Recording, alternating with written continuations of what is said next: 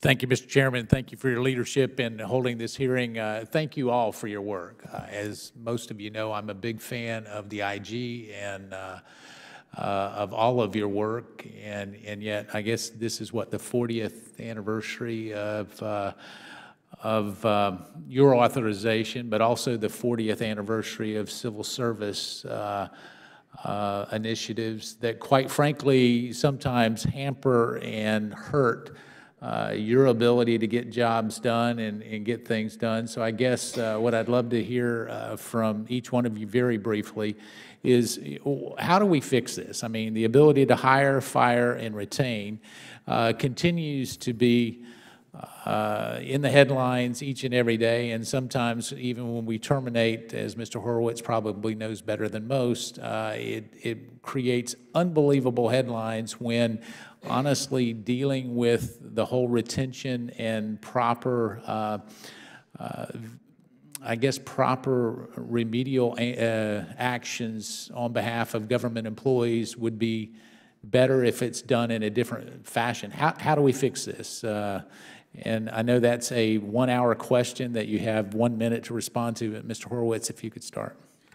It's a very challenging issue for IGs. It's a challenging issue for us ourselves to get our people on board. Security clearances, you add at an organization like DOJ. If there are misconduct findings, getting people to take them seriously, move them forward in a prompt way like we think they should so that people are held accountable. I think there needs to be a bringing together of the stakeholders because I think everybody recognizes there's this problem on the front end and the back end, and in between, frankly, the ratings, the reviews. The strongest performers, we need to find a better way of acknowledging strong performance and rewarding strong performance. I think it's largely requires Congress coming together with the executive branch and doing that. So, Ms. Lerner, let me ask you maybe a different version of that. You know, Mr. Horowitz saying we need to talk and we need to get together. You know, one thing that we're not short of here in D.C. in the Beltway is talk without action. And I guess my question to you is who would be the key players to make sure that we don't just talk about it? Because I think all of you, all three of you, want to actually do something about that. So how do we make sure that Congress actually is hand in glove with the executive branch on how we actually do this?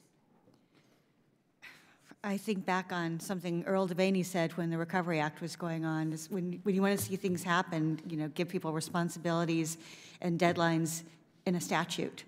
And, you know, you need to give people enough time for good thoughts to percolate and be shared and shaped and formed, but, you know, they can't have forever in which to do that. So a hard and fast deadline is vital.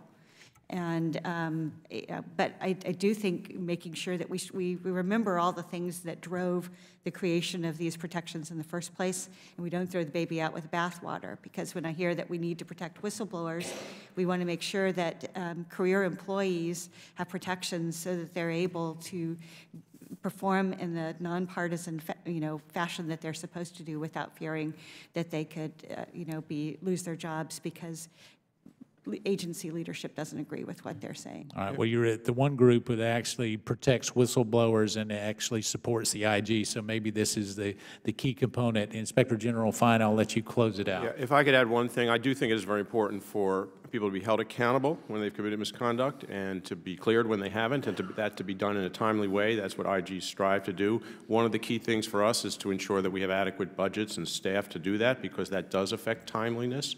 And there are some IGs who have not received the sufficient budget to deal with the burgeoning caseload, so that things get elongated and things stagnate, and that's not good for anybody. It's not good for the person who has not committed the misconduct, and it's not good for the agency if someone has committed misconduct. So we need to strive for timeliness, but in order to do that, there needs to be sort of significant budgets. There's a small amount.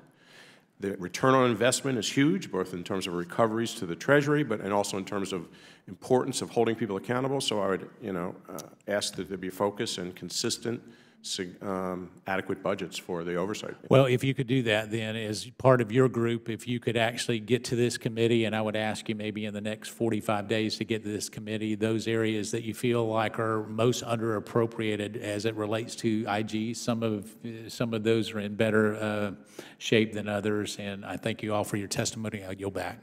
The gentleman from North Carolina yields back. The gentleman from California is recognized.